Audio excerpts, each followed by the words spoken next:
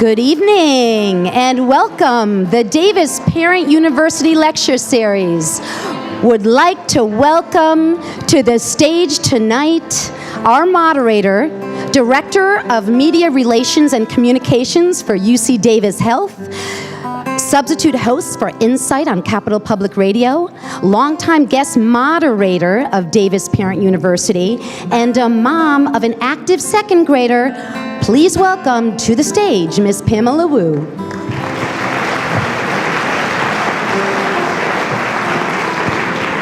Good evening. I love seeing so many people here this evening. Wonderful. We have nearly a full house. Thank you for being here. And welcome again to the Davis Parent University Lecture Series. Is there a way that we could turn the music off? I mean, I like having theme music. It's a little slow, but all right, so I'm going to start over now. Welcome, everyone, to the Davis Parent University Lecture Series. Now, can you believe it, in its 10th year of bringing you nationally renowned authors and speakers who share their wisdom about how to raise a healthy and well-balanced child. Before I introduce our keynote speaker, DPU would like to recognize some of the dignitaries who are with us this evening. Please stand when I call your name. Superintendent of Davis Joint Unified School District, Dr. John Bowes.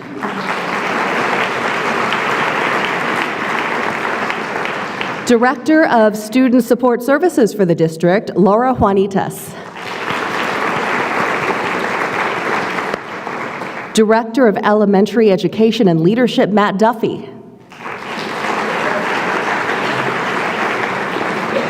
Davis Senior High School Principal, Tom McHale.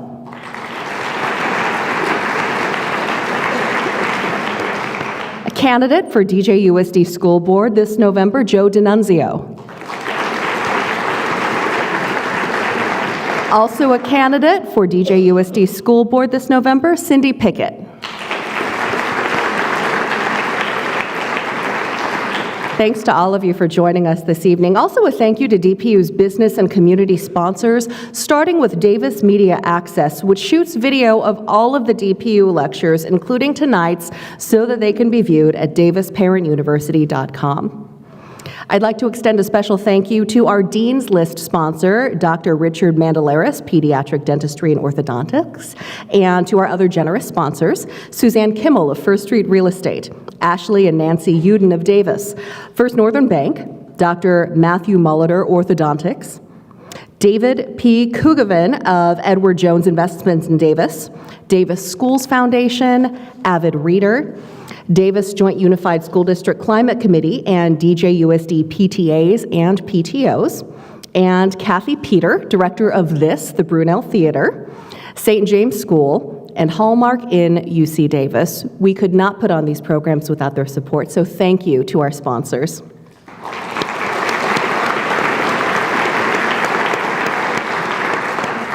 So tonight's evening is going to begin with a talk by our keynote speaker, about a 20 to 30 minute Q&A session, and then a book signing in the front foyer, and then a 9 o'clock house close. If you have a question during the talk, you can jot it down on the index card that you were given when you arrived, and following the talk, our keynoter and I are going to be out in the audience with microphones so that you can ask your questions directly. We're going like Oprah style tonight. So tonight's keynote speaker is Michael G. Thompson, a consultant, author, and psychologist specializing in children and families, and he has worked with over 700 schools across the U.S. and around the world. He is best known for his New York Times bestseller, Raising Cain, Protecting the Emotional Life of Boys. It's a book that I got, actually my husband got, when we found out that we were having a boy 8 years ago. Dr. Thompson also has authored 8 other powerful books, including Best Friends, Worst Enemies, Understanding the Social Lives of Children. Publishers Weekly declared, quote, "Not since Dr. Spock and Penelope Leach has there been such a sensitive and practical guide to raising healthy children."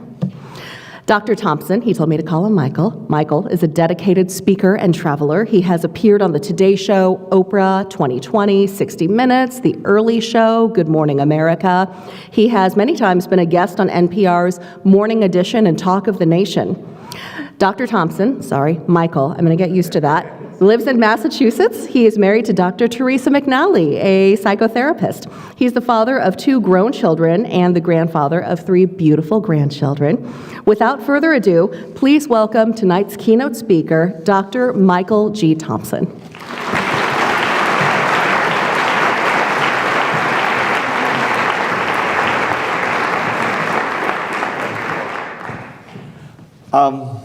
I'm delighted to be here. What a big audience. There's nothing on TV. No teams playing.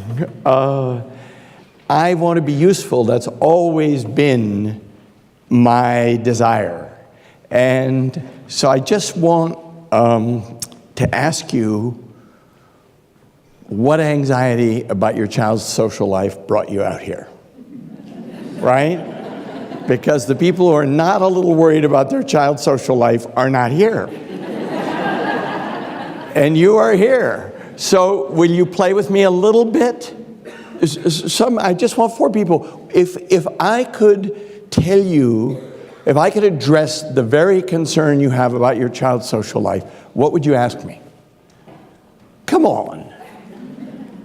Come on. Nobody here is worried about their child's social life. All right, thank you very much. Tell me your first name. Lauren. Lauren, thank you for your courage. How old's your child or children? 7 years old, daughter. Oh, a daughter. And if I could address whatever concern you have, what would it be? So she has a friend who is academically, at the top of the class. Okay. And that was in 1st grade, and they're together again in 2nd grade. Yeah. But the child has no control over her life at home, is always doing only academics, and wants to make my daughter miserable to make herself feel better. Make your daughter miserable how? By saying, oh, you can't do this, I can do this. She's lording it over her your daughter, trying put downs her to feel better, right? Okay. About herself. And Lauren, have you heard it happen have you been in the presence of it, or is it always out of earshot and your daughter tells you? No, I have been at a play date at their house. And when you heard it, what'd you do? I said, you may do this, for example, origami.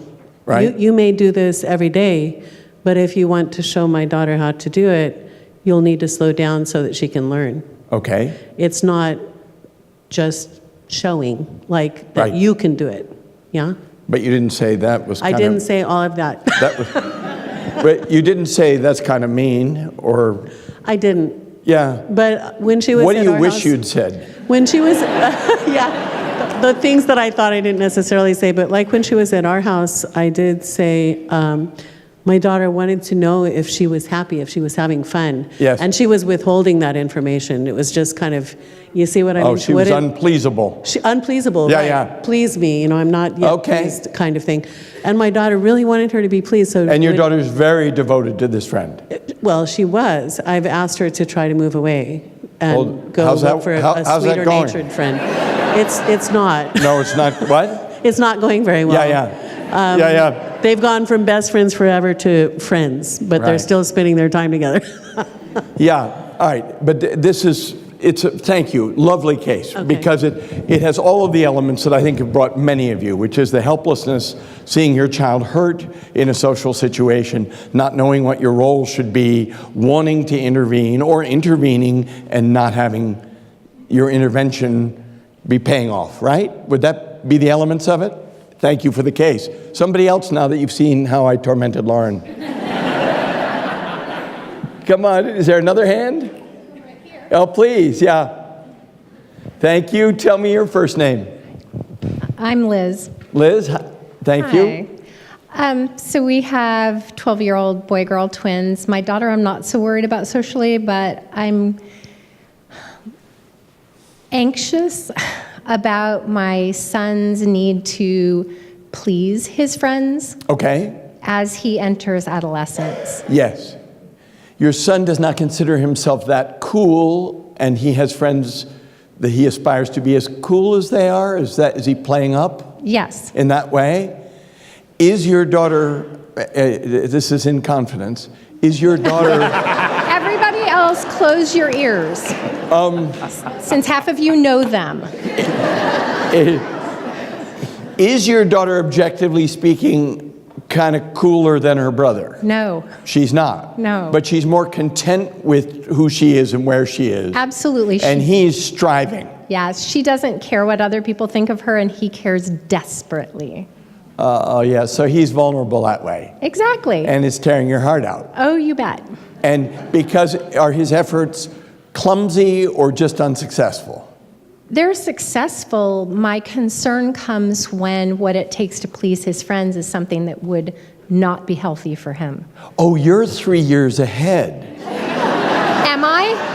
Am I really? Okay, He's all right. heading into junior high next year. I'm not sure I'm that far ahead. Yeah, no, I know. Because a majority of, I can't remember what the figure is, a majority of kids will be offered either alcohol or marijuana in 8th grade or by 8th grade. Right. So the temptations are there in a kid who's striving to be cool. Right. Can I ask you a question? Sure, of course. Did you strive to be cool in middle school? I'm not sure I even bothered. Right. What was the point? It's like, oh, okay. It is a painful aspect of middle school, and I'm going to touch on that quite a bit. Good. Okay? All right. Thank you, Liz. Sure. Somebody, here's one over here. Yeah. Pamela, yep. No, not quite loud enough. Thank you, though. What's your name? I know I'm a loudmouth. My name is Tracy. I would like some help navigating 8th grade girl friendships. Okay.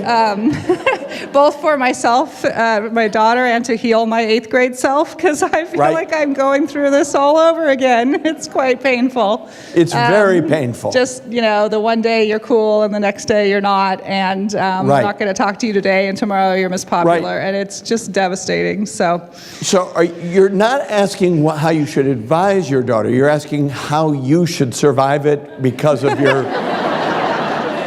Help me through. Because your empathic response and the vicarious pain, it's terrible. Yeah. Right. Are you actually you're hearing the stories, or are you observing the stuff? Or is your daughter coming home and reporting it to you, Tracy? If we're driving in the car, riding our bikes next to each other, so there's no eye contact. Yes. That's then when she we talk. tells you. And she downloads all yes. of this stuff. But I'm not allowed to say, how does that make you feel? No. What you should be doing, you know what you should be doing. It's breathe in the good, breathe out the bad. Breathe in the good, breathe out the bad. But she needs to do a dump of this stuff on her mom, and it arouses a lot of old pain, middle school pain. Very hard to go through, watch your child go through middle school without starting to relive some of your own middle school experience.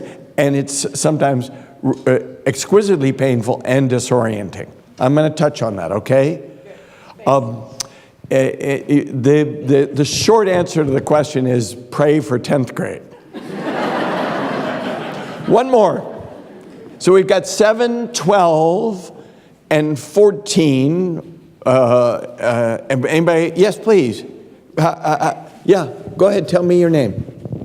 Hi, I'm Alana. Alana, and yes. Our son is 9 years old. Yes. And one of the things I'm concerned about is when he has big emotions, whether they're disappointment or something doesn't go the way he wants, is he shuts down and withdraws. Yeah. And we can see it when he's in a good space, that he craves the friendships, but then he will self-exclude, and it takes a long time for him to finally open up to us. So you see him pull out of his social group because he's so disappointed in himself. Yes. And this is a somewhat perfectionistic boy. Somewhat would be an understatement. Yes. I was trying to be gentle. Super conscientious. He has big dreams, big goals, and he demands a very, very high level of performance.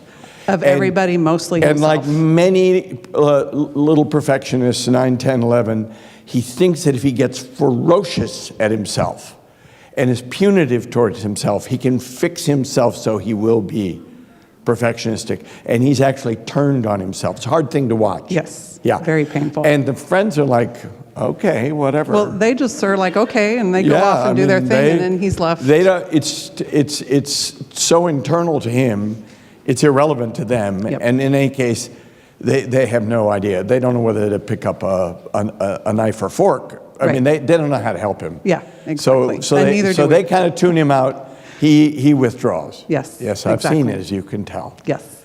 And the wonderful thing about growing up is that for most people, we come to realize we're not perfect, and that's okay.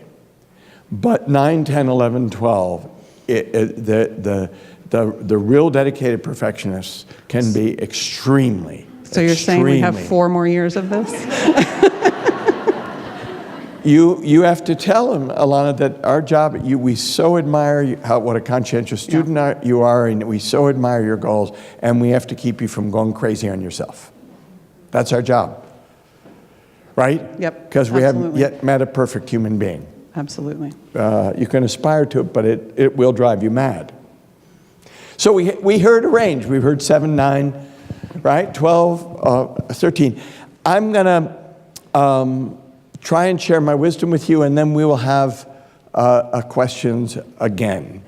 I had a colleague who said to me on email today, "Are you aware it's National Bullying Awareness Month?" And I had not been aware that was it.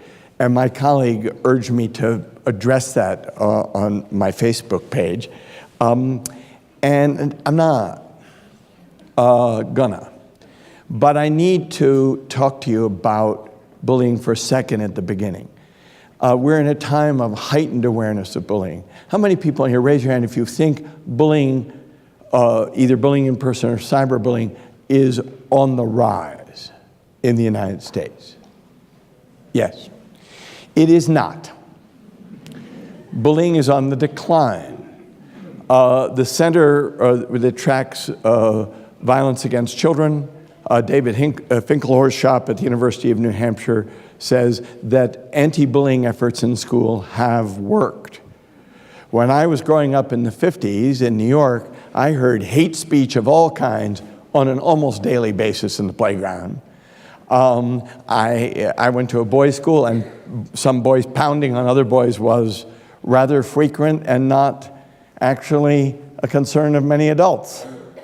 And there was more of a laissez-faire attitude, and kids will work it out. And in a boys' school particularly, there was a feeling, well, boys are going to create their own hierarchy, and it meant there were some kids who got pounded down in pretty unattractive ways. I don't visit a school now. I visit about 50 schools a year, and that was at my peak of travel. I'm down a bit from that, but at my peak of travel, I was going to 20 U.S. independent schools, about 12 U.S. public school districts, and about 18 international schools. And I've seen teasing and bullying and the social lives play out in many cultures. What I am not seeing and not hearing reports about is an epidemic of bullying.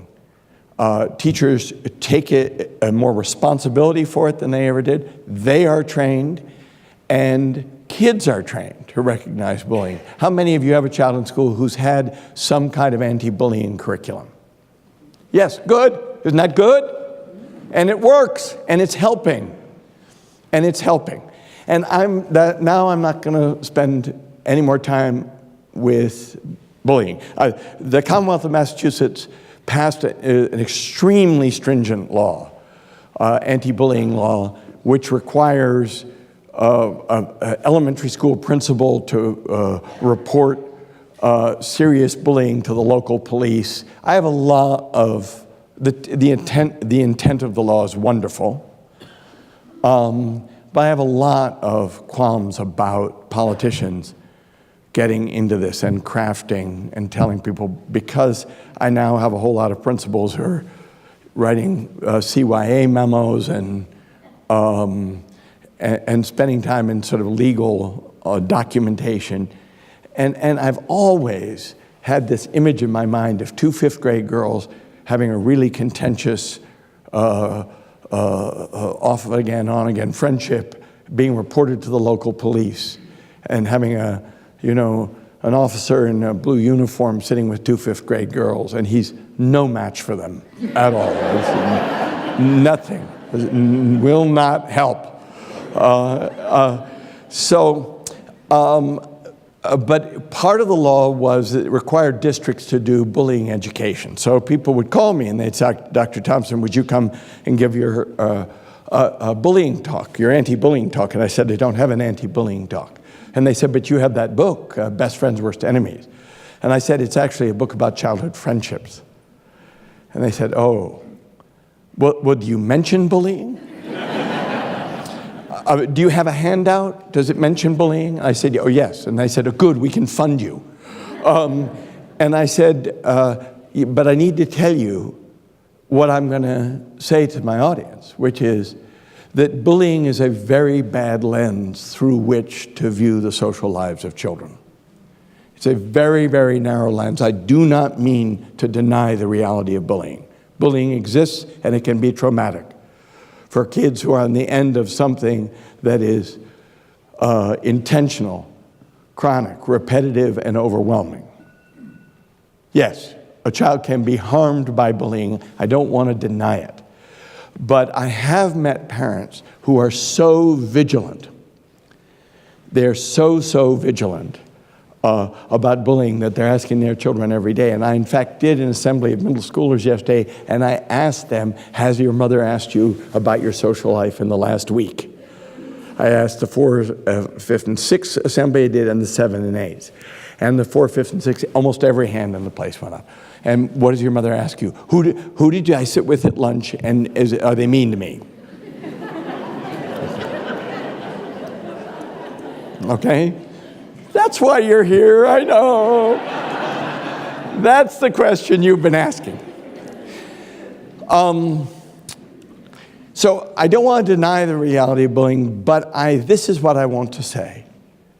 That the lens of bullying is way too narrow to understand what's actually going on with children. And this is a developmental talk about what is in children's hearts.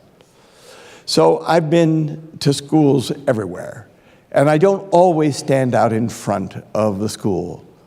But if I do, I see the same drama in the morning. Children get off the bus, get out of their family car, come up out of the subway, come around the corner, and the moment they're in front of the school, they're looking for the eyes of another child. They're looking for their friend. That is why children come to school. They don't come to school to see what's new in the curriculum. They don't come to school because they want to go to a good college.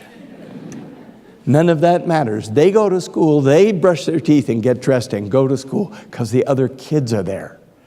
And for the vast majority, that means their friends are there.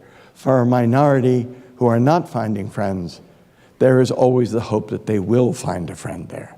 But the great hidden curriculum, hidden and open in plain sight of schools, is friendship. That's what every child wants. And 2 fourth-grade girls spot each other, and they come over and they touch and they talk and they touch and they talk, and they get close right at the beginning of the day. And if their moms were watching, they're thinking, what did they have to say to each other? They were online last night. They were together all weekend. There's nothing new, right? As if all adults are having riveting conversations in the morning. Well, it's sunny. No, it's a little cool. Or in my neck of the woods in New England, we're saying it's raining. Oh, it's cold. It's snowy, right? I mean, it's painfully obvious, right?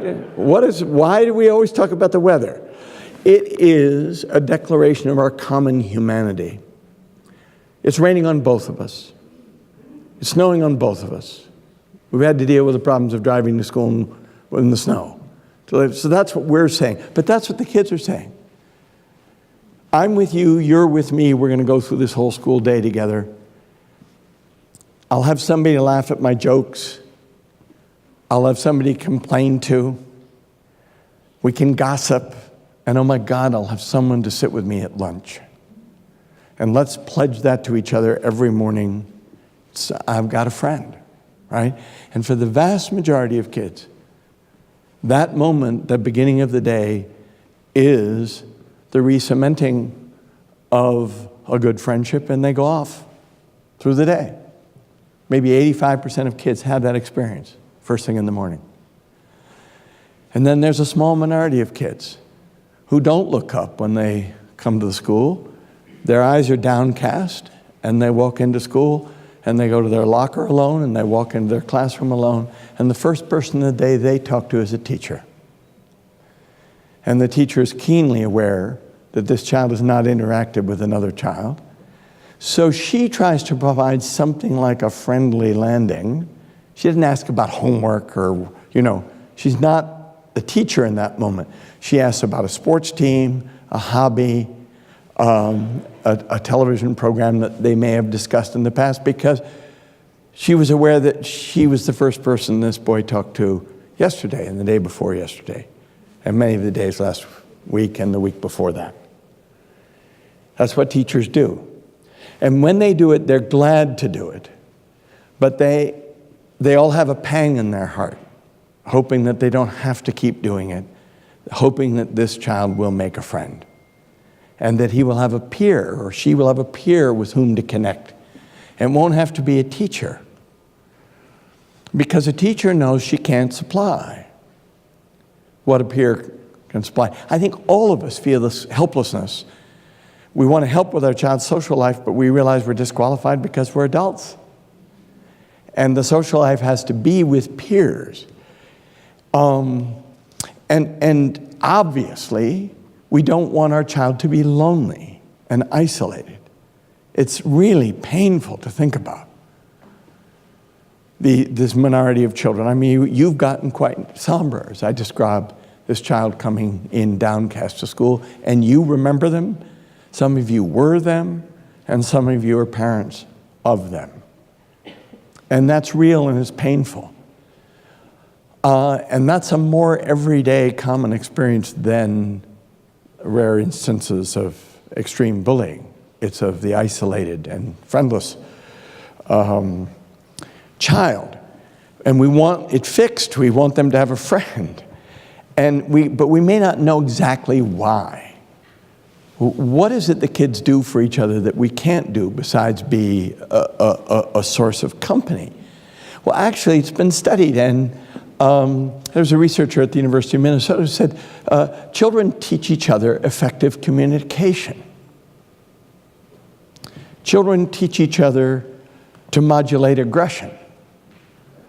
Children give each other sexual socialization, and children teach each other moral values. And, of course, they give each other enhancement of self-worth. It's a little jargony. Let me run through it. Children teach each other effective communication. Are you kidding?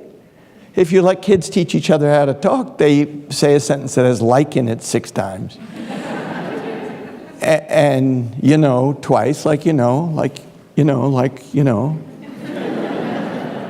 whatever. And I live very close to Harvard Square.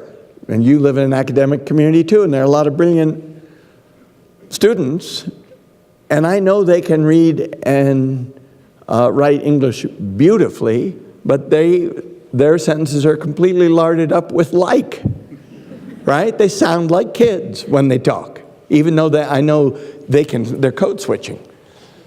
When they write or speak to a professor, they're speaking, the King's English. Adult English, and they have a vocabulary we don't have that they've learned from each other. So have I got some parents of high schoolers in here? Okay, so if your high schooler thinks something is really very great, amazingly cool, what's the word they use to describe it? Call it out to me. What? Sick. What else? Dope. I never heard that 5 years ago. That's new. Sick's been around for a while. Come on, epic hasn't reached Davis? What? The bomb, yes, the bomb, right? In Massachusetts, wicked has been big. That's a geographical variant. I went to one school and they said, we don't say sick here, we say ill. I said, okay. That is so ill. But you see, we're always behind that curve because you're always chasing your child through their development and forever and ever, you never catch up. But there's this changing vocabulary, and you may have, when you had your 10-year-old in the kitchen and you said to your 10-year-old daughter, oh, honey, she described something, you said, oh, honey, that's really awesome. And you thought that was kind of good, you know? And your 10-year-old looks at you with pity because she realizes you're making a pathetic bid to be cool. And by 10, she knows her parents cannot possibly be cool. Because cool is something that her friends hand out. And her parents can no longer give her. That's done. Right? But it's not just language.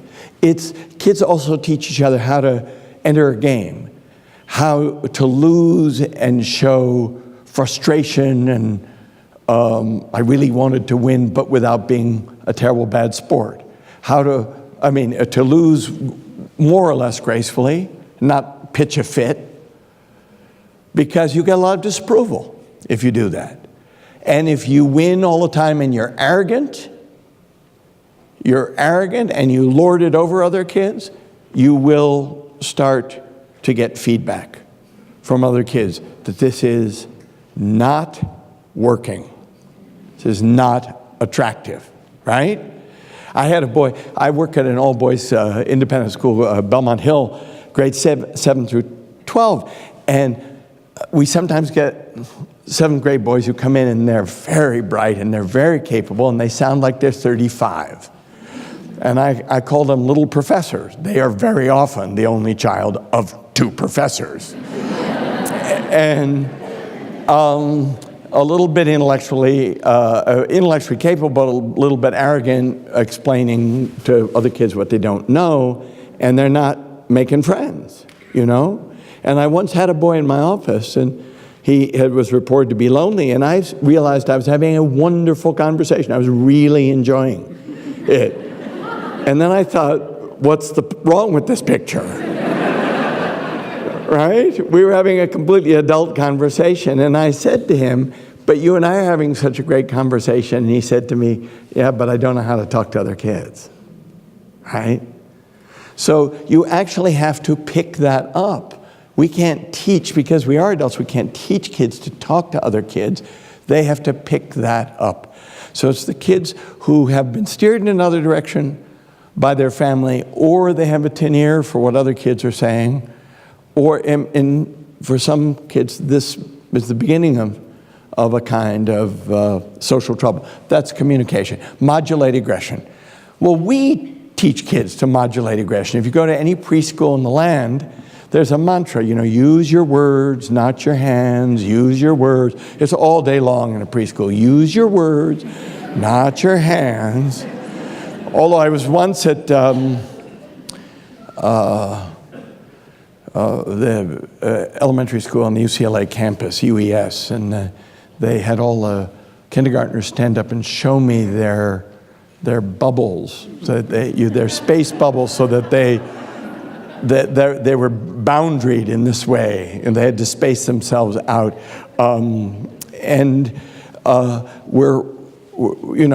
But we're teaching it. What do you mean? Kids teach each other to modulate aggression. Probably the most consistent, sad, and predictive finding in the field of kids' social relationships is kids who routinely violate the norms of acceptable level of aggression. If they're too verbally aggressive or too physically aggressive, they may have a short reign of terror, but ultimately they will be marginalized and pushed out. The mean girl in 7th grade may be dumped in 8th. I've been to schools where that's happened, where the girl who ruled was suddenly friendless. I went to a little preschool in Washington, D.C., and they said, we need you to see this 4-year-old boy. And I always try and talk teachers out of my doing observations. If I only have 20 minutes, the bad boy never does the bad thing when there's a bearded guy with a blazer suddenly in the classroom. Bad boys aren't stupid. But I'd much rather talk to the teachers who have hundreds of hours of observation. The time's much better if I can get them to tell me. But they said, you have to see this boy, you have to see this boy, have to see this boy. 4-year-old, I walked into the classroom. They hadn't told me his shirt color and his hair color. I knew instantly who it was, because he was playing by himself with a demilitarized zone around him.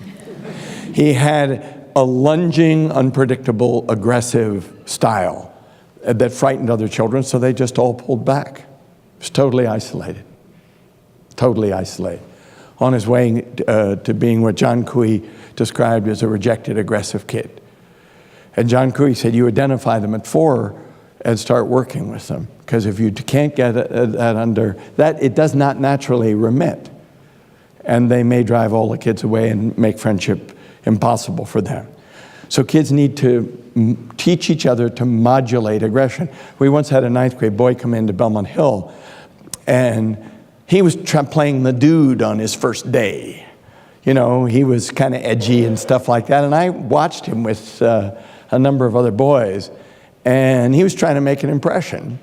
And he found out another boy didn't have a father, and he started to tease him about it. And one of the boys who'd been at Belmont Hill said to him, at Belmont Hill, you don't ever tease a boy about that. One and done. No adult intervention needed, no anti-bullying program. If you're a new 9th grader and you try that as, to score some social points, and you get slapped down that efficiently. I mean, inside I was going, yeah, right? But set them straight. And kids do that with each other, right? I go and I talk to 1st grade teachers. I say, any kids you're worried about? It's February, 1st grade year. Yes, there's a bossy girl. It's a bossy girl. And it always makes me smile. Because I know at the beginning of the year in 1st grade, there are 4 bossy girls. It's a very common girl strategy for social power, is to nominate themselves the assistant teacher and to explain rules and mother other children. And other kids say to them, you're not the boss of me. We don't like that. Excessively verbally aggressive. And 3 bossy girls hear it and they stop, and 1 can't hear it and she goes on. And that's the one the teachers are presenting to me. So that's modulated aggression. Sexual socialization. I mean, that's obvious. Your kids never come to you and say, Mom, Dad, I've been thinking quite a bit about sex, and I'm just wondering what does it for you? Let's talk.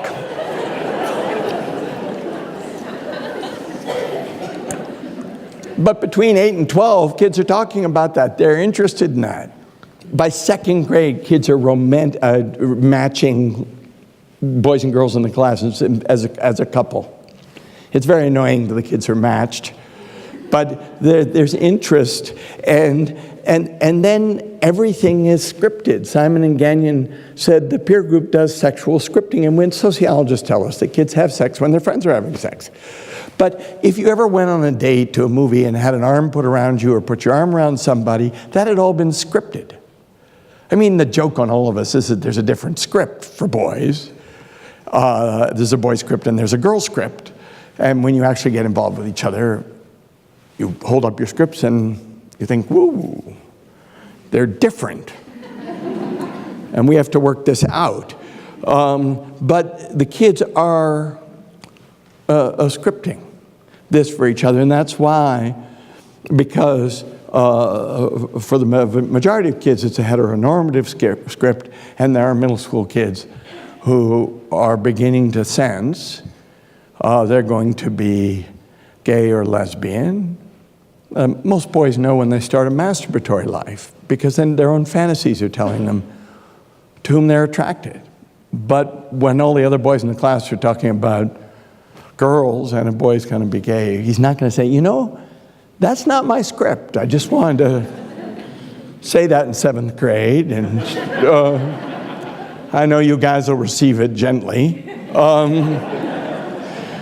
But it's the relief for boys who are going to be gay and girls are going to be lesbian, or any kid whose sexuality they're experiencing as not mainstream.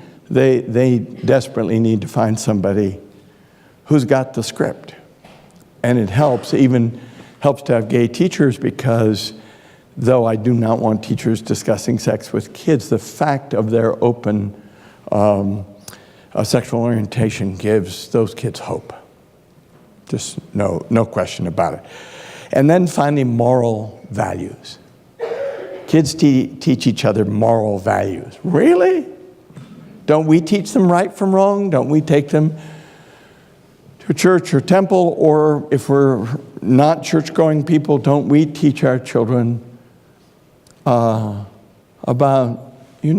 morality and fundamental human rights and respect? We do. We do. Except we're just usually way over their heads. Kids go through a sequence of moral development. Kohlberg, Jean Piaget described it in his book, The Moral Judgment of the Child. And then Lawrence Kohlberg built on it. And it's a sequence, and we're usually at stage 4, stage 5, and we're explaining the social contract to an 8th grader who's thinking, what? Protecting my friend is the highest good. Not narking on my friend is the highest good. Right? But what we know, and what Kohlberg and his successors showed, was that children have, if you present children with moral dilemmas, they listen to each other, and they listen to a child who's a half step higher. And they're drawn up by moral discussion among their peers. And actually, there's a moral accountability clinic every day. That's my name for recess. Because when you go to recess and kids are playing four square, right? You tried harder to get her out than you tried to get her out because she's your friend, and that's not fair. That's not fair. That's not fair. I go to these precious little schools and they say, oh, the boys are all, they're playing a soccer game or a tag football game, and then all they do is argue about the rules, and we just have to intervene. And I think Jean Piaget is smiling from the grave, because he said, when children in mixed-age free play groups play, the conversation will be dominated by rule formation and rule debate. And constant adult intervention actually knocks the legs out from under that peer moral teaching. Anyway, so that's what they do for each other. More efficiently and differently than we do. We do some of it too, but they do a very good job of it. So you want a kid in the swim. And I do assemblies with middle school children. I'd actually, as I said, I did 2 yesterday. I speak to about 10,000 middle school kids a year. And I ask them 2 questions and then follow-up questions. I ask them, they always think they're going to have an anti-bullying training. I said, do you know what this assembly? And a 5th grade boy goes, anti-bullying. And I say, no, it's something different. And I say, adults think they have to kind of coach you to be friends. I believe you know what friendship is, and I'm going to give you a chance to prove it to me. I want 10 or 12 different, distinctly different definitions of friendship. So stand up. I often get a hand mic in a school auditorium, and I ask them, what's friendship? 6th grade girl said, that's someone you trust. Trust to do what? Keep a secret, she said.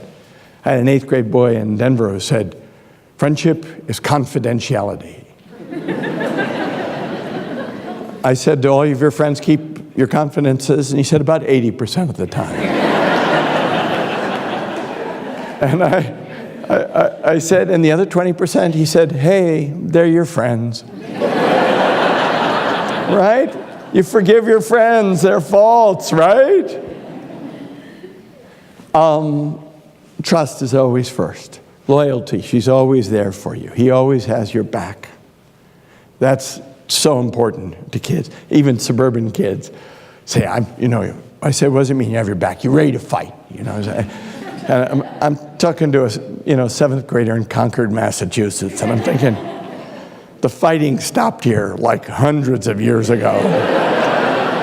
But he's ready to fight for his friend. One boy said to me, a friend is someone who doesn't say mean things about you when the group is saying them, even if he can't stand up for you right then. Okay, that's a kind of textured, realistic definition of friendship.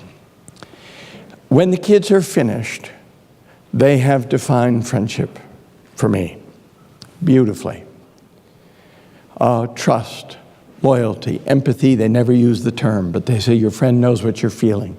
Your friend gives you a boost. Your friend is a shoulder to cry on. You have fun together. And one of my favorite definitions, 4th grade girl said, with a friend, there's never enough time. Remember that? You had a play date with a perfectly nice kid, but you were like looking at your watch, thinking this kid needs to go home, right? But with a friend, there's never enough time. I never tire of doing this assembly because kids between 4th and 9th grade have beautiful, fulsome, completely comprehensive definitions of friendship. As good as any adult, because I often ask a teacher to write down the list and I ever read it back and I say, did they leave anything out of your friendships? And she says, well, they did a very good job. But you can tell she's determined to find something, but you can't. So once we have friendship down, then I say, so if everybody had a friend, I wouldn't worry. Because many of you have a friendship which is already there for life. How many people in here have a close, continuous friendship that started before 6th grade? Raise your hand. Come on, hold them up, just so we want to look around. I can't do a percentage, too many people, but it's usually around 40-45% of people. I moved away from New York. I didn't keep up my childhood friendships. But usually 40-45% of people. So I've trained myself, when I look at a 4th, 5th, 6th grade assembly, I've trained myself to see lifetime friendships in front of me. I never trivialize kids' friendships. I never imagine they can be just snapped in and out, because they can't be. I had a 9th grade girl in San Francisco once, and she said, I lost my best friend in 4th grade, and I've really never had as good a friend. And 2 teachers rushed up to me after the assembly, and they said, she's very picky.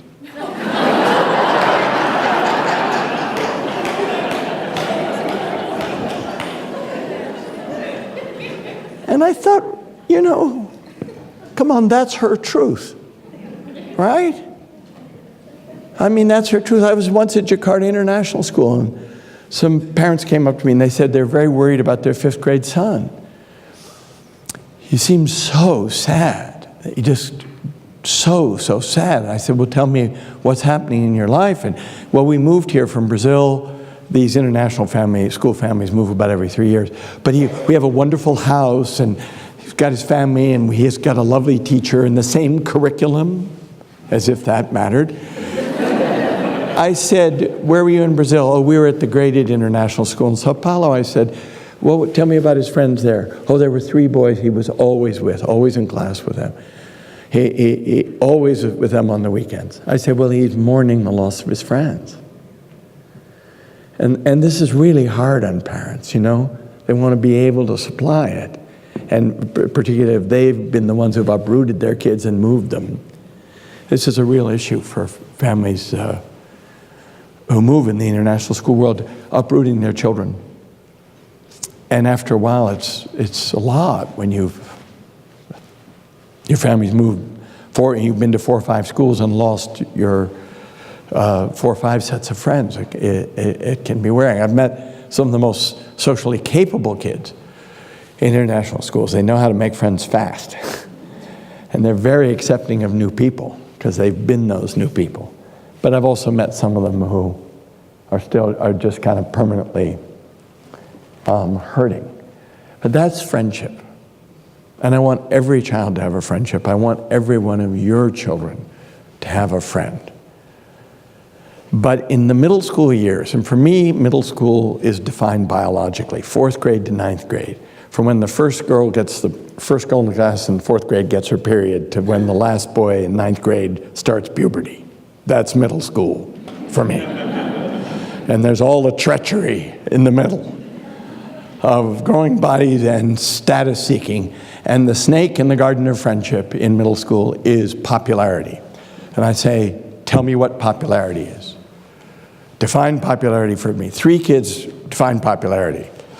I had a 6th grade girl once in a public school in front of 500 other kids said popularity, well, it's like confidence. And some girls have it and I don't. And I don't know if they really have it, but I know I don't. That's so open, isn't that amazing? I had a boy at a Catholic school in Cleveland and he said, I said, what's popularity? And he said, that's if you're cool. And I said, well, who decides if you're cool? He said, the kids with style. And I said, well, who chooses the kids with style? He said, the popular kids. I say, what's popularity? That's if you have the most friends. Why do you have the most friends? Because you're nice. I say, so the popular kids are the nicest kids. And they go, no. And if a girl persists in saying they're nice, all the other girls start saying, no, no, right? And I had a girl in San Antonio, Texas, great Texas accent. I said, what's popularity? And she said, that's if you're nice, unless, of course, you're mean. And I said, I don't understand. She said, there's nice popular and there's mean popular. Right? Can't you see that? I was at President Obama's old school in Honolulu, and a 7th grade boy, I said, what's popularity? And he said, it's the food chain. I've had 8th grade girls say it's a secret election, an invisible list, right?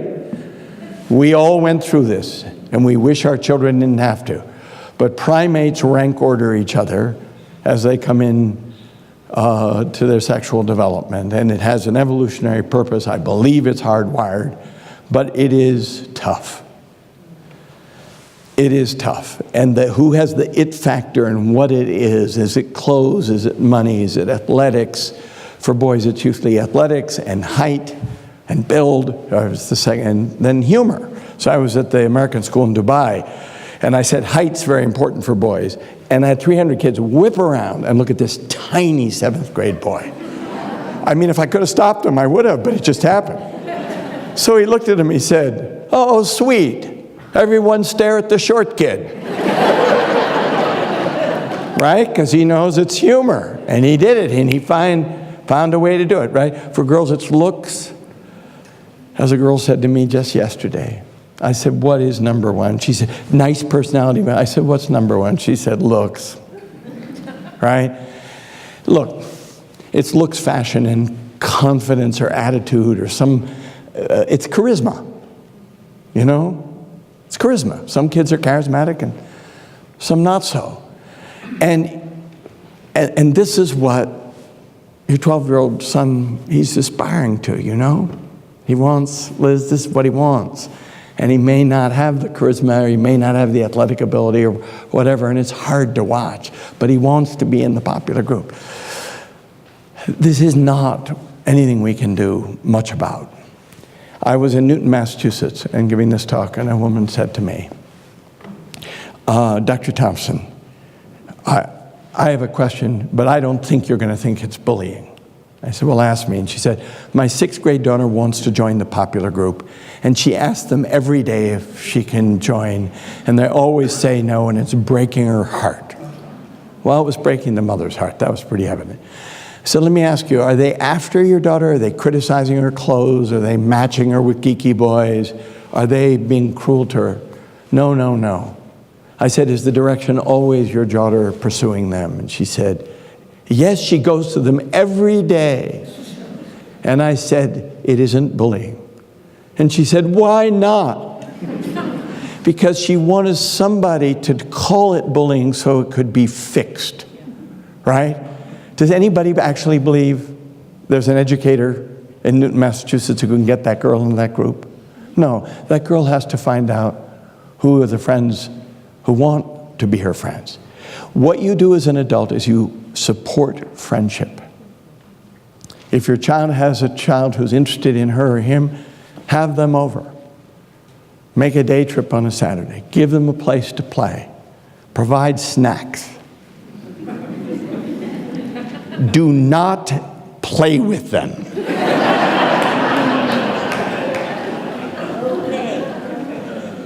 You don't add that much value. Oh yeah, from time to time you can do activities together. But mostly kids need to practice the 2 things that are essential to friendship: reciprocity and mutuality. Taking turns, recognizing each other's feelings. We've played your game long enough. Now won't you play mine, right? We've played the one you want to play that long. I want to play this. Okay, that's a demand for reciprocity. They have to practice that. If you're constantly intervening, putting on the timer, and sometimes it's necessary. You know, in the old days, I was 2 boys fighting over who had the Death Star. You had to kind of put the oven timer on for a while, try and equalize the time. But what you want to do is sponsor friendship, promote friendship, and may I say what my parents did for me, which is show me the value of friendship. Maybe the greatest gift my parents gave me was that they had great friends, and I watched them interact with their friends. And my father's closest friend, Bob Temple, when my father died and his coffin was in the cemetery, 80-year-old Bob Temple went over and put his hand on my father's coffin and said, "This was my best friend." Right? I'll never forget my father's friendships and my mother's friendships.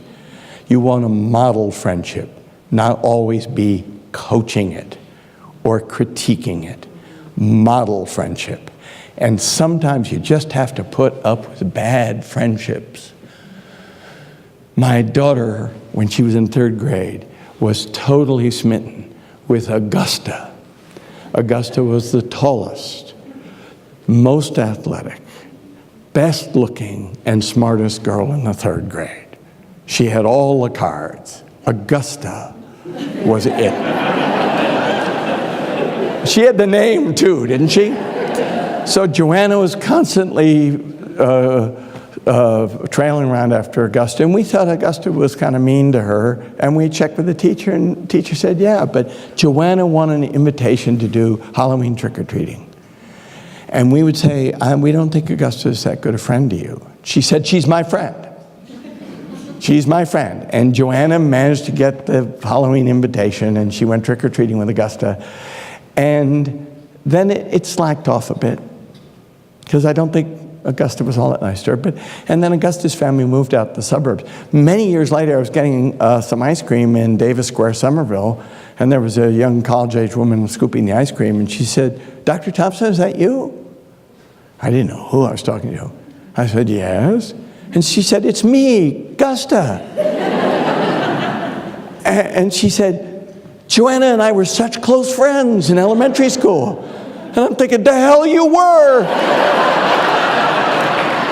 I hated you.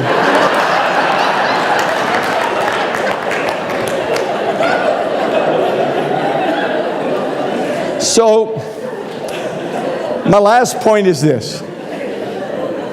I'm going to use you if you don't mind. Tell me your name. Me? Yes. Maggie. Maggie. All right, Maggie, this is a 2-part drama, I do both parts. All you just have to sit there and be my third grade daughter.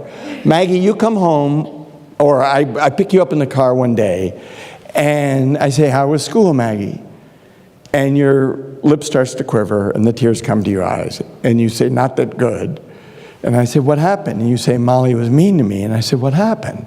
And you describe it, and it sounds intentional and mean, and it clearly clobbered you. And I say, Maggie, sweetie, she shouldn't have done that. That was really mean. I'm so sorry that happened. Right? Do you feel better, Maggie? You can answer this one. I appreciate what you have to say, but no, I don't. You feel better. Because you transferred the pain to me. And you go off and play. You're lighter because I empathize, and you must empathize with your children when they've taken some hits. But do I feel better? No, I don't. I'm in the kitchen and the smoke is coming out of my ears, and I'm thinking, I never liked Molly. And I never thought her family had good values. So, next day I pick you up, you look fine, but I say, how was school today, Maggie? And you say, fine. And I say, well, how are things with Molly? And you look confused. Because it's a whole new day, and maybe you had a good day with Molly, or whatever. But you can't, you've forgotten, and then you remember, I complained about Molly, so I need to reserve the right to complain about her in the future. So you say something equivocal, which is like, well, she doesn't get along that well with anyone. And then you scoot away, because the conversation has suddenly reached a kind of a sticky place. But you run off, and I think, so there really is a Molly problem. I wonder if I should go right to the teacher. Maybe I should just talk to 3 moms first. And then I start calling people, and then you come home the next day, you again look fine, I say, how was the school? And you say, fine, and I say, how are things with Molly? And you think, oh my God, my mother's a lunatic. And I have to give her red meat, or I have to shut down, I have to do something, right? I call this interviewing for pain. Don't do it. Don't do it. I want to ask you questions about your own strategy. How do other kids handle Molly? Do you ever have good days with Molly? Are you able to handle her much of the time? Okay? I ask about your own resilience. I interview for resilience and coping and strategy. I don't get on my white horse and start to ride around, waving my sword. And here's the problem. Most parents feel, and you can't help this when you're a parent, that my child is an angel and a victim. And Molly is a villainess, clearly. Maggie, are you ever, now you can't answer this one, are you ever going to say to me, don't worry, Mom, I took care of Molly? I gossiped viciously about her, and we excluded her at lunch. She cried. She cried, and it was deeply satisfying.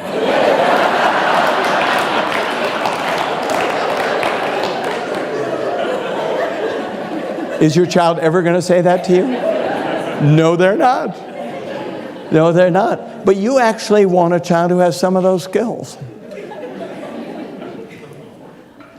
But they can't report it to you because you'll just receive what I'm saying. So the data you get. So support friendship. Don't interview for pain. If you think you have a child, if the phone never rings, there are no birthday party invitations, and your child never talks about a friend at school, go check with the teacher. Because the bottom 15% of kids are struggling. 85% of kids are friend eligible, and they're kids who are super shy or controversial, have annoying habits, or they're outright rejected. And if a child is rejected for too many years, they don't get the practice in mutuality and reciprocity. And that child may be too anxious or too depressed. And those are my people as a psychologist in school. And those kids may need some help. I don't mean to shortchange them in terms of time. But you don't have to be doing a lot of butting in with the 85%. If you have a kid who's at the bottom of the social heap, you go to a teacher. Teachers don't like to tell you because it makes them feel bad. And they wish it weren't so. But you say, I need to know how my child functions socially in school. And I need to know why she's putting people off. Can you tell me? And let's work on it. And maybe if you have an isolated child and the class has kind of locked your child out, you find a summer camp. You find a dance troupe, you find a ceramics studio, you find something. Your child may have people outside of school who are better fit than the kids in her class. And 15% of them need your help. And 85% need your empathy in your ear, but not a ton of advice. So now some questions. Thank you.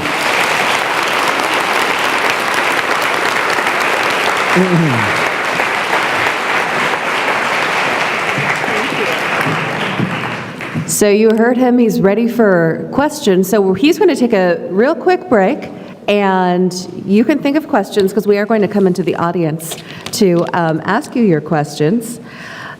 Right now I'd like to introduce Aaron Dudley, our DPU representative for Pioneer Elementary School. Aaron?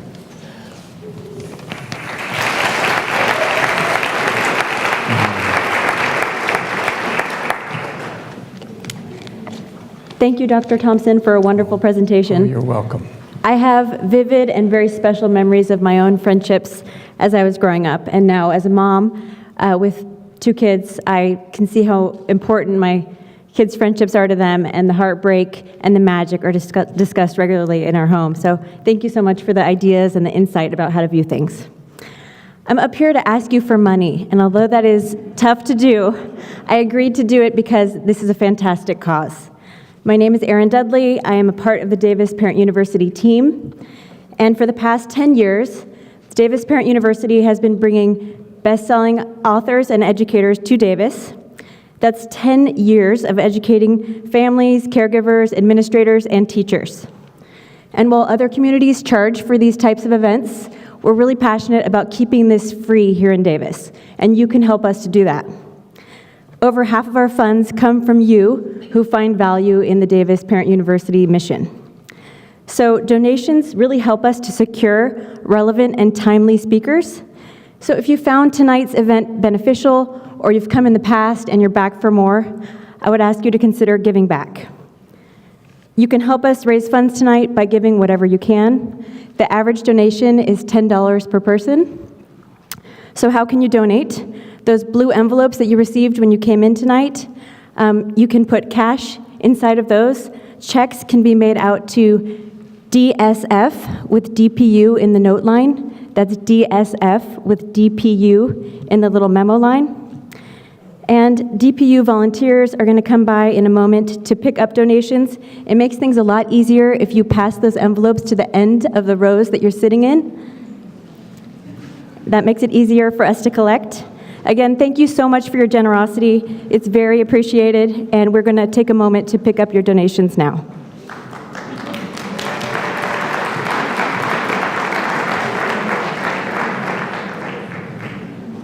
Use your iPhone to search.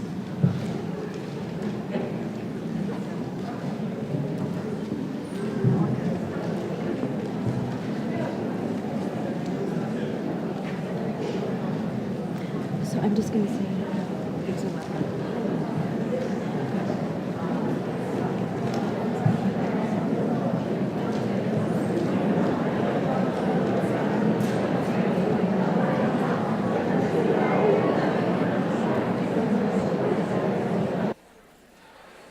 hey.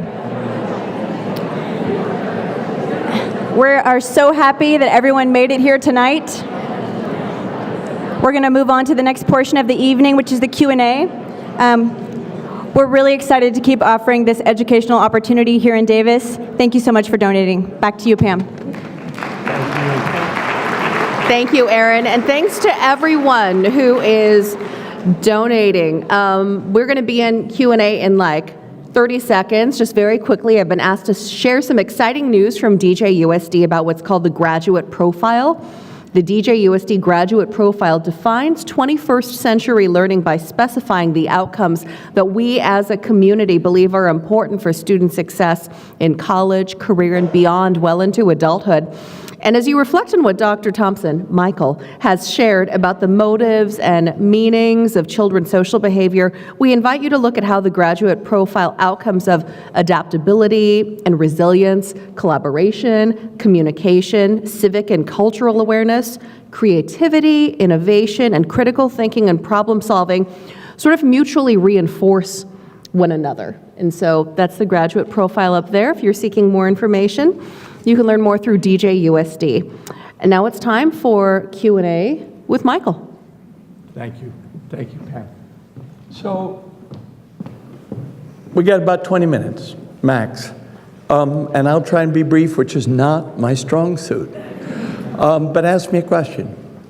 Did I cover everything? There's a question back there. Can we get a microphone? Somebody in a white jacket or a white sweater there, yes? Please? Yeah.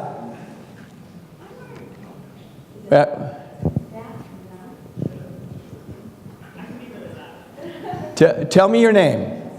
I'm Cindy. Cindy? Yes, and I was wondering about siblings and friendship in the home, or sibling friendship, or... No, that's not friendship.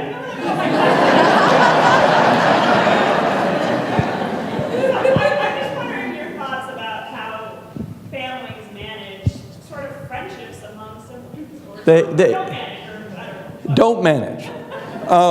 Look, this is my number one question I'm asked when I'm speaking about boys. What do I do about two boys who wrestle and fight and compete all the time? And I say, are they fairly evenly matched in weight? Have there been any blood, broken bones, or broken teeth?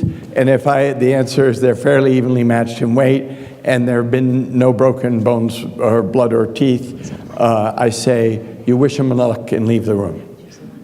Do not constantly, if you have an older one who has a weight advantage, but he's never seriously hurt a younger sister or brother, it means he's exercised some restraint.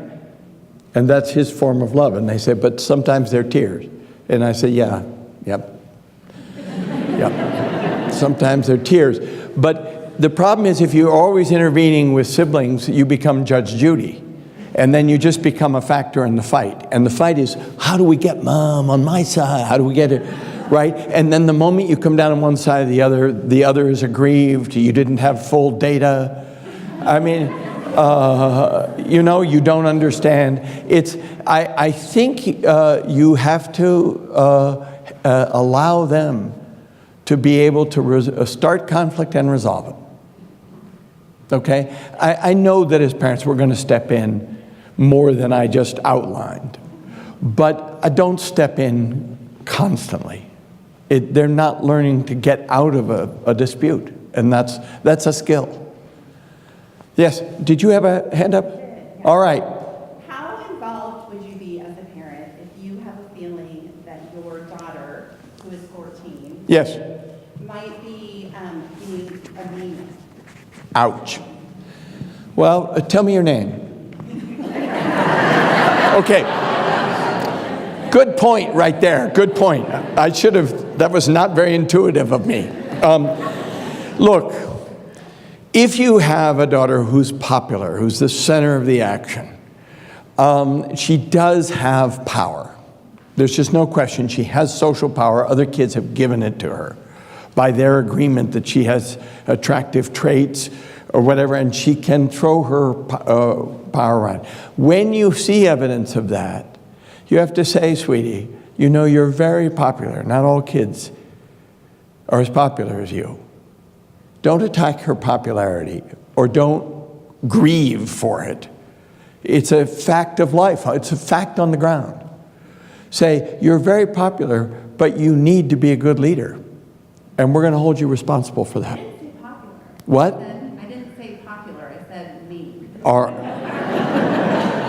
So she's... And I've heard that you're not supposed to tell our girls to be nice.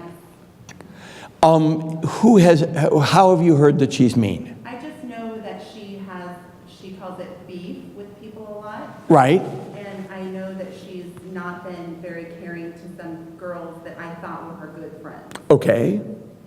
And so it worries me that she's not being an empathetic, good friend. And I'm not sure how involved to get as a parent. Not much. Not much. But if you overhear something mean, say to her, sweetie, that was mean. That's all you have to say. If she decides that you are in fact advocating for her friends against her, she's going to think, Mom, you don't know. You don't know how nasty they can be. You have no idea of what they can say, right? You're tuned into my meanness and you think they're the angels.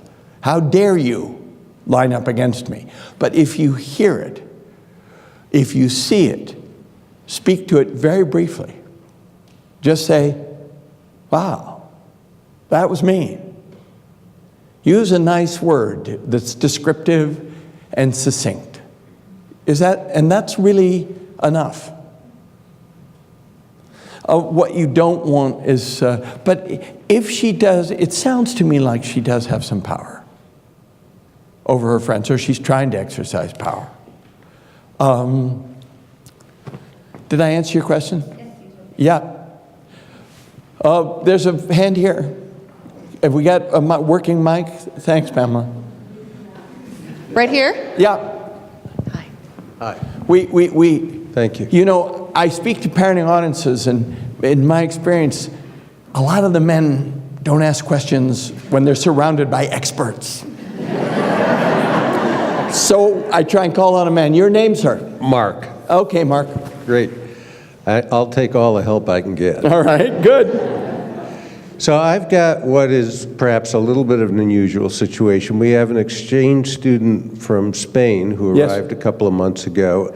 She had a tremendous number of friends in Madrid. Yes. She seems to be mourning them. Yes. And not really making many friends here. And the ones she is making are either from Spain or Latin America. She's not making American friends, and half the friends she's making will leave in a month or 2 weeks or Friday or whatever.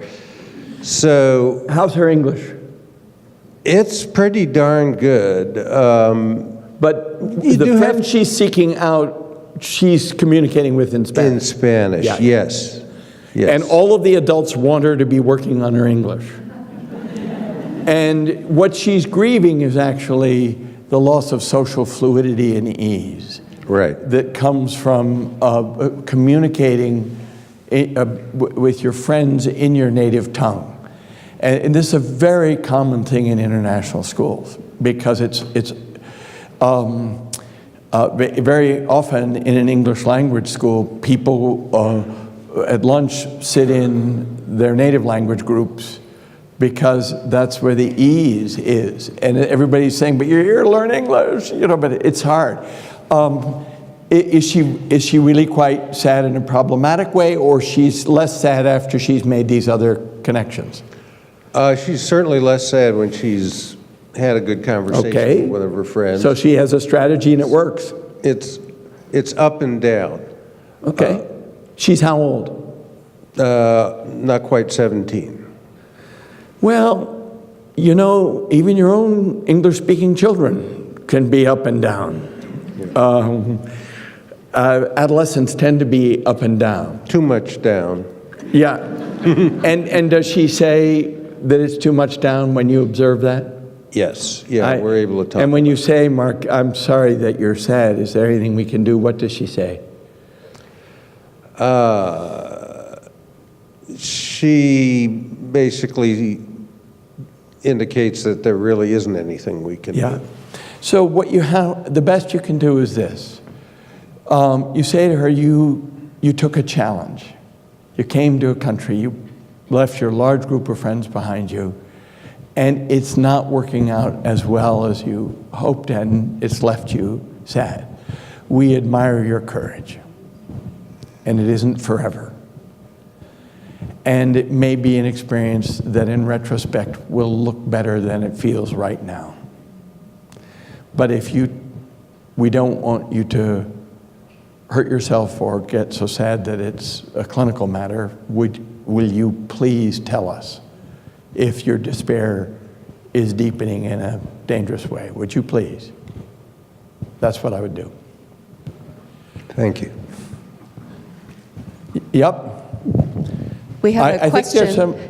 We got two down. We also have a question that was submitted by card, so I want to make sure that we have time for that as well. Shall we do that now? Go ahead, Pamela. Okay. Because there's some identifying factors here, I'll be a little more general it's about a teenager who's been dating in a hetero relationship, and the physical relationship is progressing faster than the parents are comfortable with. What to do, what to say?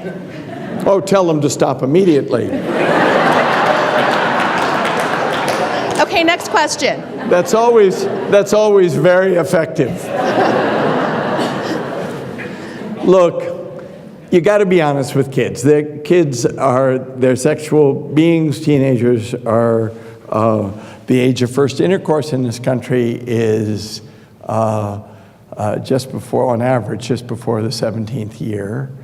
And kids are having sexual experiences at 15 and 16. It's always too fast for us. Our job is to slow them down. If they've already embarked on a physical relationship, it's almost impossible to stop it. And the efforts are futile. But you can say, you have to be frank and say, I know you're embarking on a sexual relationship. We're worried it's too fast. We're worried, do you know about safe sex? And your adolescent will try, boy or girl will try every way that possible to get you to move to a different topic. Because it's incredibly awkward. And you don't want to do it every day, and you can't do it every day, it's unbearable. But you do need to convey why you are worried. And what's happened is, here's a parent who's become aware of a sexual relationship. If a parent has become aware, it's because the kid has let them know, has been either too obvious or has given them some information, so that there's a conversation. Kids who do not want to be known keep their parents. Yes? How many of you kept your parents entirely out of your sexual life in high school? Yes, of course. Of course, that's just normal. But if a kid has opened it up, then you can say, I know this much, and now I'm worried, and see what the child says. Yeah. Please, your name. I'm Katie. Katie, yes. What was your advice to that professor's kid? I'm that professor's kid, and I've given birth to a professor's kid, so.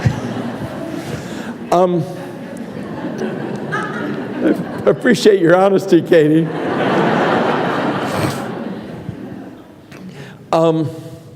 If you have a child who's particularly intellectual and particularly bright, and whose identity is organized around that, and maybe an only child who's very accustomed to talking to adults, you got to find them as people. And that means town sports, probably not so much, but there are summer camps. There's Johns Hopkins math. There are things, depending on the strength and interests of your child, you can get your child with his people, and then he can see, oh, these people can take me as I am, but these other people not so interested. And I've got to be able to shift gears. So I'm not so relentlessly professorial with kids who are not interested in that part of me, but that I can be accepted by these kids who are, and who are like me, thank goodness. So I would support any friendship with a kid who's like-minded by inviting them over, and maybe even invite the parents over. And you might find the parents having the same issue with their, Is that enough? Good. Because you sort of steered us away. My name is Jim. Sorry. Jim, yeah? My name is Jim. I just want to add on to that. So you talked earlier that you didn't really want a parent-child relationship, that wasn't really ideal because the parent or the adults are not really part of that peer group. But no, I didn't say I didn't want a parent-child relationship. It's not the same as a peer relationship. Okay. And it can't replace a peer relationship. Okay, but if you can't get the peer relationships going, is the parent or adult relationships the next best thing? Yes, of course. Okay, Absolutely. I just wanted to kind yeah, of no, explore absolutely. And there are kids who relate up. They just relate to older kids and they relate to adults. And it's a style, and it has some disadvantages, but it also has some advantages. And there are lots of people who manage to get through childhood by being quite close to teachers, being appealing to them, and developing a kind of an intellectual compatibility with an older person. And it just, for a kid with a very well-furnished mind, that may be a real boon that they don't find in their peers. We're going to do, we got one more here, yeah? We have time for a couple more. Okay, if I'm brief. Yes, tell me your name. My name is E. Yes. And I'm very honored to be here. And actually, just at this moment, I remember I watched your video on PBS Raising Can many years ago. Oh, did you? When it comes out first, and I'm a friend of Joe Tobin. You're a friend of Joe's. Yeah, Yes, he and I were in graduate school together. Very surprised. Yes. But I have a question as a teacher. Yes. I'm a preschool teacher right now. Yes. I have parents who are very anxious about child aggressive behavior in the classroom. Yes. From professional perspective, I say it's normal and it's teachable moment, and Yes. for both sides to be beneficial, learning social skills. But the parents don't see that way.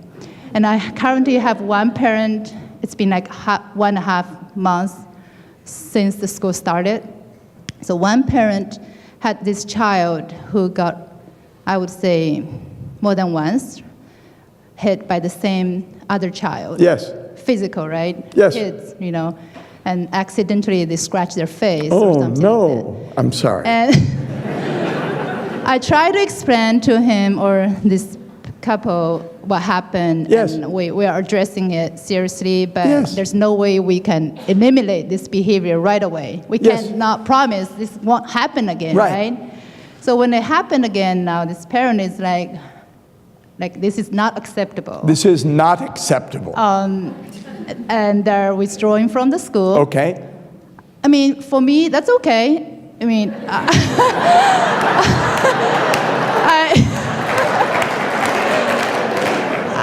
I don't really want to spend my energy and time to explain to you furthermore, but I feel really bad for this child because if the parents keep doing this, I can see in the future this child right now is a victim, quote unquote, will become a real problem because he doesn't learn. You mean the child of the parents who are leaving because they're Right. defining their child as a Right, victim. they are not Right. addressing the So- problem. They're not tagging the problem with the right way. And so there've I don't been- know what I can really further tell the parents. I know you did so much research on this topic, and is there really bullying at 4-year-old age? And is there research to show them it's not a bullying issue? And Right. things like that, just to 4-year-olds are impulsive. what to tell the parents about it. 4-year-olds are impulsive and aggressive. I mean, human aggression peaks between the age 2 and 3. The most remorseless, dangerous human age is between 2 and 3. Luckily, they're small, right? Because we can wrap them up, we can pick them up. But what you're running into is something I'm seeing in schools all the time. The modern parent is deeply concerned that their child will be traumatized. I learned this from William Damon, who was at Clark University and then Stanford. And he said, American parents are parenting with trauma theory in mind. And it's always in the back, this could be traumatic, this could be traumatic, this could be traumatic. So my child has his face, or for her face, scratched. My son Will scratched a girl's face in preschool. And the preschool director called my wife in and said that Will was going to be suspended for 2 weeks. He was 3.5. And my wife said, and what's he going to learn from the suspension? And they said, well, the other parents are demanding it. And we said, see ya, bye-bye, and we went to another smaller, cozier, quieter place, and Will never scratched again. He had little language delays, and he got frustrated, and he scratched. I'm so glad I'm not doing that. Yeah. So you have to understand the panic of parents is almost always about a fear that their child has been traumatized. Not just scratched, but traumatized. And that's why they're out the door. And they're going to find a better world where no child is traumatized. And all we can do is wish them luck. If you're a preschool director or preschool teacher, you have to say, we have seen this many times before. And the children who have been scratched recover. And the children who do the scratching need our help to control their impulsivity. And we're working on that. But it isn't overnight. And you know this, and I know this, and we tell them, but in the end, if they get too anxious and frightened. Which book of those has the content I can show? Best Friends, Worst Enemies. That's in it. Yeah, that's in it. That, incidentally, that's a remarkable book, which everybody here should. And it will be for sale in the foyer. I think we have time for one more quick question You're and quick indulging answer. me, Pamela. I am. Anyone? Do you want to select? I don't, it's, for some reason, there's a hand way over here, yeah. See if you can get over there. I think there are 2 hands. You have to choose, Pamela. I'm not gonna. I want to be popular. Hi, I teach 5th grade, and I'm finding a situation amongst the girls where it's you're my friend and my friend only, and how dare you have any other friends besides me? Yes. Yep. And do you have a chance to talk to the girl who has said this? My guess is that's the girl on whom this command has been imposed, who comes to complain to you about it. It's everybody kind of. I don't know, everybody's involved in everybody's business. Yeah, no, that's 5th grade girls. Yeah. And not everybody loves the word girl drama.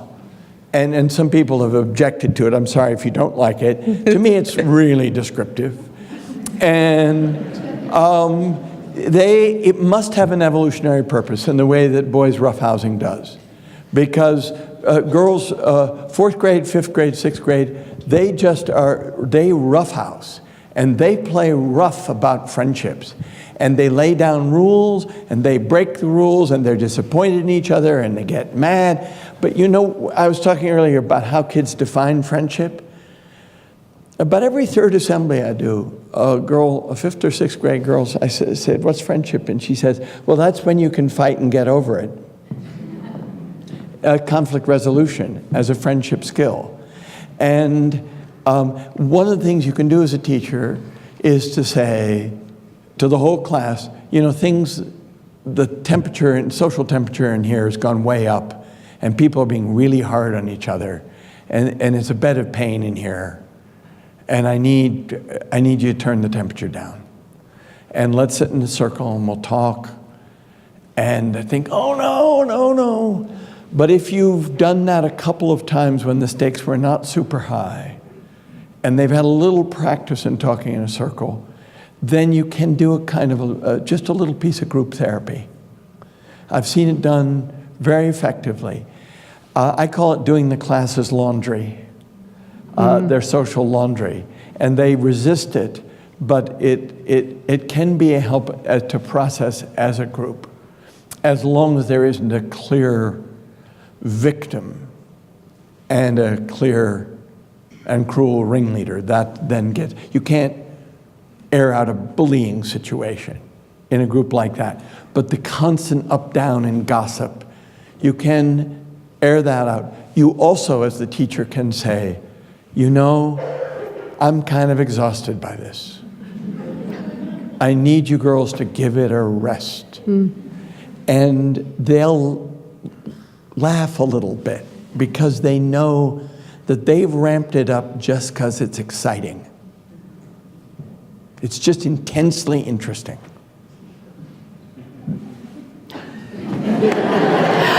We have learned so much tonight from Dr. Michael Thompson. Thank you. Thank you.